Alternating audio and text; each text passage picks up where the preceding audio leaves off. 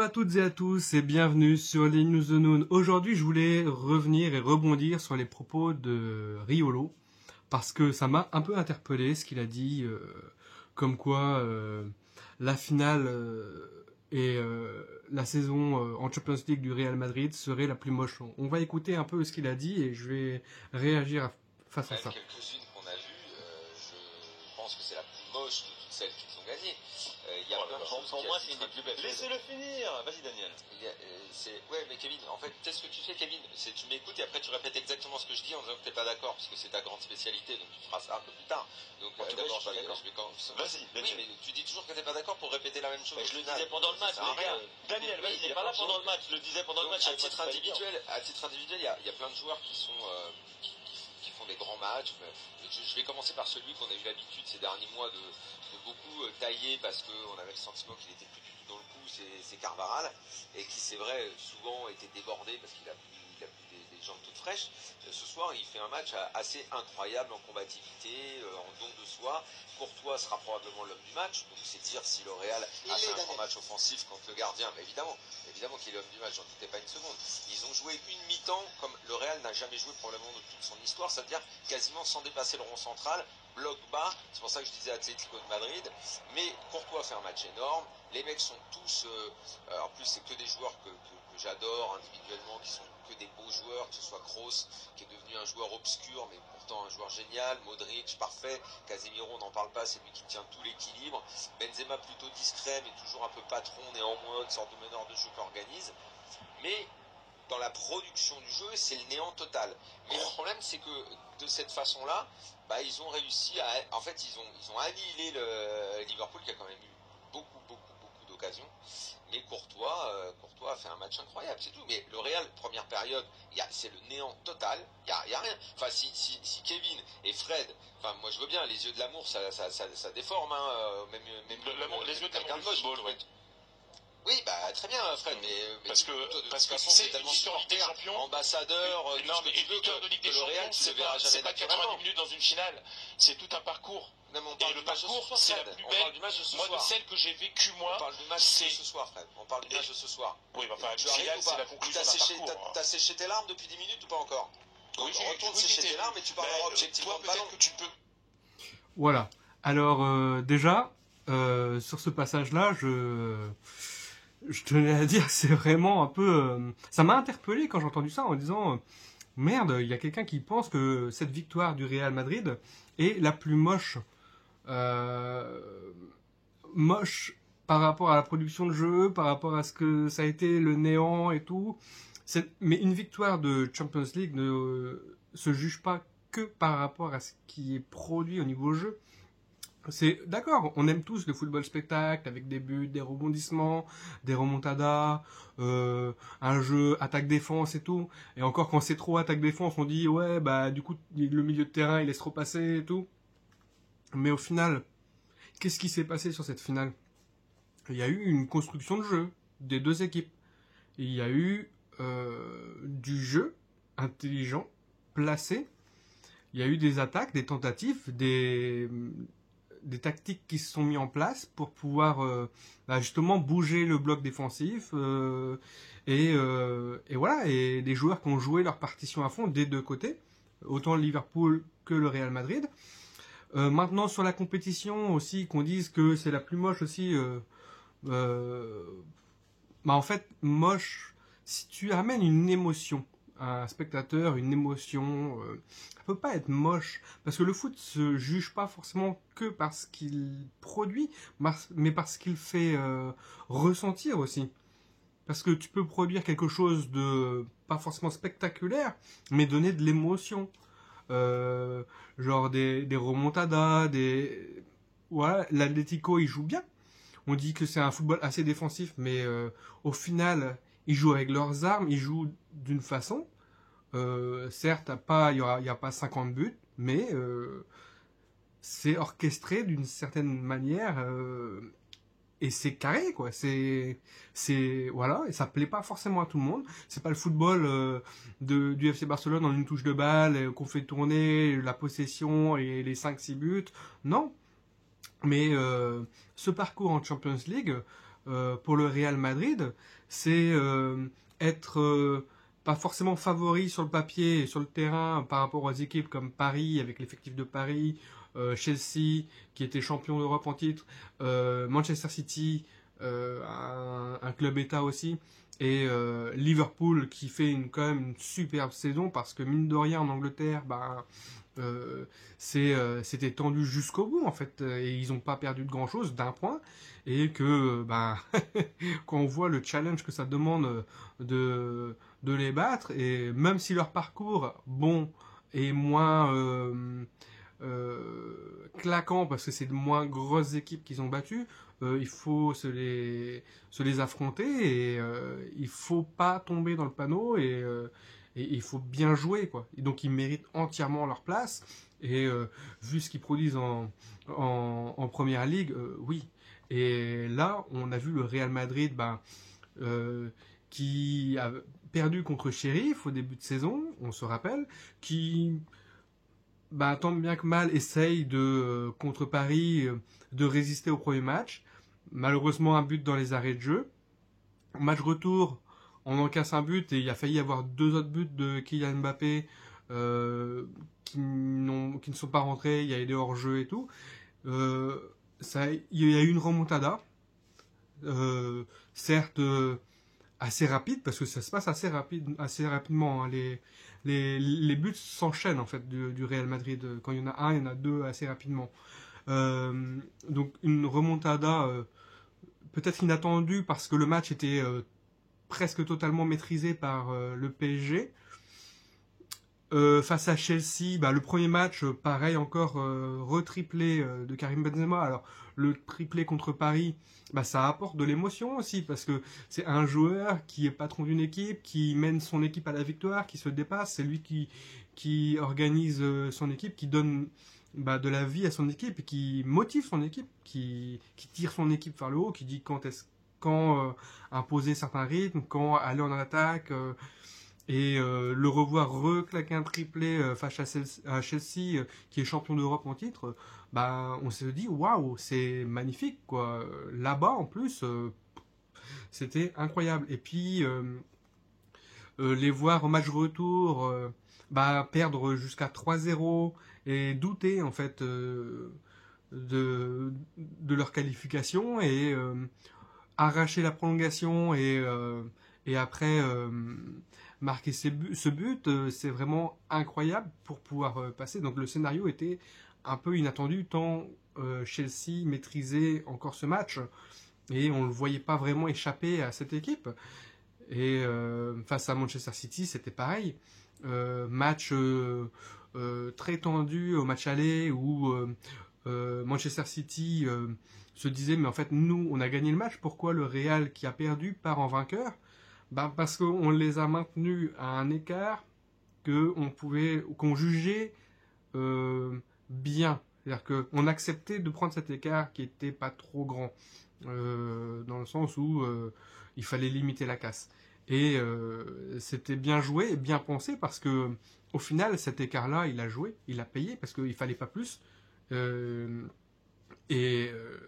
Ce penalty marqué en Panenka de Karim Benzema alors que tu te fais mener au moment du match où tout peut se jouer, où le penalty il faut absolument le mettre et il claque une Panenka, ça ajoute encore une dose d'émotion aux spectateurs en disant mais oui il joue et ça fait waouh, c'est une émotion intense et même si on perd, le match on est resté en vie et le match retour, voir que en étant resté en vie au match aller, ça nous a permis d'y croire et le fait de faire les bonnes choses pour passer en finale, même si ça s'est joué dans les dernières secondes de jeu, plus de temps additionnel et la prolongue, c'était chapeau. On pensait pas à la 88e minute qu'on allait se qualifier alors qu'on avait encore 2 buts à rattraper et les changements avaient été faits de manière à apporter un peu plus de dynamisme au niveau offensif et là ça a payé. Ça aurait pu ne pas payer mais ça a payé. Donc de là à dire que ces émotions qui nous ont emmenés en finale et la finale qui a été maîtrisée parce qu'on se disait une remontada, ça veut dire que si on remonte, c'est-à-dire qu'on a fait les choses moins bien avant. C'est-à-dire que remonter, c'est jamais agréable, mais il faut aussi se remettre dans l'esprit que si tu arrives à remonter et avoir le mental pour remonter, à avoir l'énergie, à avoir le courage et à savoir te sortir de situations les plus improbables, ça fait de toi peut-être le champion. Et face à Liverpool, on savait que remonter Liverpool, c'est presque impossible parce que c'est une équipe tellement forte et tout. Donc ça s'est joué à rien. Mais il fallait pas non plus partir à l'abordage n'importe comment et se prendre des contre-attaques comme jamais et devoir après revenir au score. Il fallait surtout pas tomber dans cette erreur-là de vouloir trop en faire en attaque, de surjouer en mode Benzema. Maintenant, je veux chercher mon ballon d'or, il faut que j'aille claquer peut-être un doublé ou pour en mettre plein les yeux et gagner sur le ballon d'or. Non, il fallait pas surjouer là-dessus parce qu'on allait se prendre le retour très rapidement. Et le fait d'être resté calme dans son match et se dire ça passe pas, mais ça va passer, ça va venir. Il faut contrôler en défense, c'est peut-être moins spectaculaire, mais ça demande tellement de maîtrise, de mental et d'énergie, et toujours avoir la lucidité pour pouvoir tirer profit des miettes qu'on va avoir. Et entendre dire que cette finale ou cette saison est potentiellement la plus moche, non, je suis pas d'accord. Après, il demande bien sûr, explique-moi pourquoi ça serait pas la plus moche. Et l'argument qu'on pourrait se dire, en fait, c'est par rapport à l'émotion que ça nous procure, par rapport à l'émotion des remontadas, par rapport au scénario improbable, par rapport à tout ce qui touche un peu du mystique, de la sensation. Le Bernabéu a fait beaucoup a joué beaucoup aussi parce que le fait de faire des remontadas à domicile dans son antre dans le stade des rêves, c'est vrai que c'est pas croyable, c'est vrai que ça joue. Et ça ajoute aussi une dimension spéciale à ces matchs aller-retour où chacun joue dans son stade et peut tirer profit de ce 12e homme qui sont les supporters. Et je pense que ça fait vibrer beaucoup et ça joue pour les joueurs, le soutien du public. Et puis quand tu es dans le stade à l'extérieur, tu dois aussi subir cette pression-là. Et quand tu arrives à Santiago Bernabéu, forcément, c'est impressionnant. Et voilà, mais je pense que tout ce qui fait cette finale, c'est pas tant les matchs, c'est les scénarios improbables, le bout de chemin d'une équipe qui était en transition, menée par un homme qui a joué une partition, parce que c'est vraiment un virtuose, une partition sans faute sur cette Champions League, même si sur certains matchs on le voit moins. Comme il dit, c'est pas parce qu'on voit moins un attaquant qui n'est pas utile, qui crée pas des décalages, qui participe pas au jeu, qui bonifie pas ses coéquipiers, et tout ça, ça fait du footballeur, du très bon footballeur à l'excellent footballeur. Comme il disait Karim Benzema, un footballeur qui est excellent, il doit être bon à tous les postes, il doit être bon pour bonifier ses partenaires, il doit être bon pas que pour marquer des buts, parce que marquer des buts, ok, mais un excellent joueur ne se contente pas que de marquer et il sait ressentir aussi les moments où il est moins bien, de ne pas forcer pour forcer, mais de savoir quand la passer aux autres. Et à quel moment il faut savoir aussi laisser, parce que c'est les autres qui sont un peu plus en réussite et ne pas forcer. Par exemple, le penalty que Benzema a tiré, où Rodrigo a émis un doublé et Benzema a dit à Rodrigo, tu veux le tirer? Rodrigo a dit non, c'est toi qui vas le tirer. Mais le fait de vouloir le laisser, ça montre aussi que c'est toi l'homme en forme aujourd'hui, c'est toi qui as marqué un doublé, vas-y, continue sur ta lancée. C'est une marque de respect et c'est vraiment se dire je peux m'effacer pour le collectif parce que c'est un sport collectif. Et c'est pour ça que Benzema mériterait son ballon d'or. C'est pour ça que le mot ballon d'or a toute son importance dans un sport qui est collectif. Pour moi, le ballon d'or, c'est la personne qui bonifie ses partenaires, qui sait s'effacer au profit du collectif, qui sait quand briller, mais qui brille par rapport aux autres, qui brille parce qu'il a aidé ses collègues, qu'il a aidé ses coéquipiers. Parce que le ballon d'or, c'est assez un titre très individuel, mais qui met en avant aussi une équipe, pas qu'un joueur. Parce que si le joueur est là, c'est parce qu'il y a son équipe autour, qu'il a bonifié et que l'équipe lui a rendu. En faisant des passes, en faisant le jeu. C'est pas un joueur tout seul qui décide oui, moi je suis joueur et je vais gagner le ballon d'or tout seul. Non, c'est pas possible.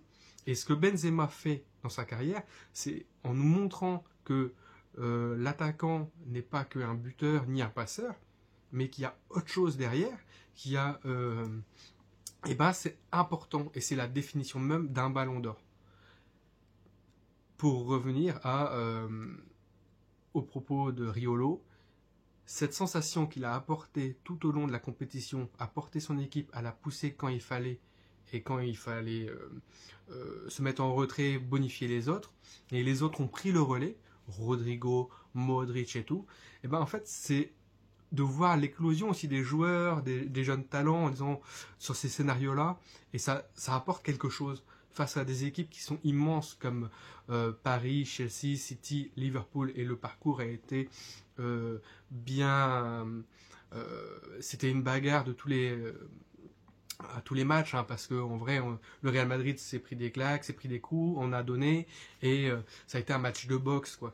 Et c'est plus ça qui fait que la compétition est épique et qu'on s'en souviendra dans les années à venir, que pour moi c'est la plus belle, parce qu'une compétition où tu gagnes, tu as beau avoir une équipe avec 11 joueurs hors normes qui écrasent la compétition par 5 ou 10 buts, pour moi c'est pas forcément beau. Parce qu'il n'y a pas d'adversité, il n'y a pas de combat, il n'y a pas de challenge. Et je pense que à vaincre sans péril, on triomphe sans gloire. Donc là, il y a eu du péril, et il y en a eu beaucoup. Donc ce qui fait qu'il y a l'émotion aussi des spectateurs et des joueurs. Et ça prend le pas dessus quand on voit Ancelotti qui pleure avec son fils, l'émotion que ça amène. Marcelo, à la fin, quand il soulève le trophée, eh ben... Oui, il y a tout qui retombe, mais quand ils disent que c'est la plus dure, qu'ils sont allés la chercher jusqu'au bout, ben c'est vrai que c'est ça qui fait que c'est beau. C'est ça. C'est pas le match, il est resté à 1-0, ça a été assez défensif, mais ça a demandé beaucoup d'énergie, ça a demandé de la lucidité, et il y a quelque chose qui ne se voit pas, qui est hyper important, c'est le travail, le mental, l'aspect psychologique que demande un match. Et des fois, pas partir à l'abordage, j'allais dire comme des imbéciles, et se prendre des buts derrière parce que l'équipe aura laissé trop d'espace, c'est de savoir quand gérer ses efforts et quand il ne faut pas y aller. Et il y a des moments où tu sais tes forces, mais tu sais aussi tes faiblesses, tu connais tes limites, et le fait de les connaître parfaitement, eh ben, tu sais comment juger à certains moments du match, ce qu'il faut faire et ne pas faire, et quand tu peux appuyer. Et je pense que le Real Madrid, sur cette finale, même si elle n'était pas spectaculaire, elle était juste, très juste. Ça a tenu, on a eu un super gardien qui nous a fait une masterclass. Sans lui, c'est sûr, on aurait perdu contre Liverpool, mais c'est un travail de tout le monde, et tout le monde était à 100% dans le match, même plus. Et c'est ça qui en fait la beauté de ce match, la beauté de cette compétition, et que le Real Madrid en a fait, pour moi, la plus belle Ligue des Champions de son histoire. Voilà, donc n'hésitez pas à mettre des j'aime, à partager, à liker, à activer la cloche pour les notifications pour la prochaine vidéo, et surtout à partager la vidéo. Merci.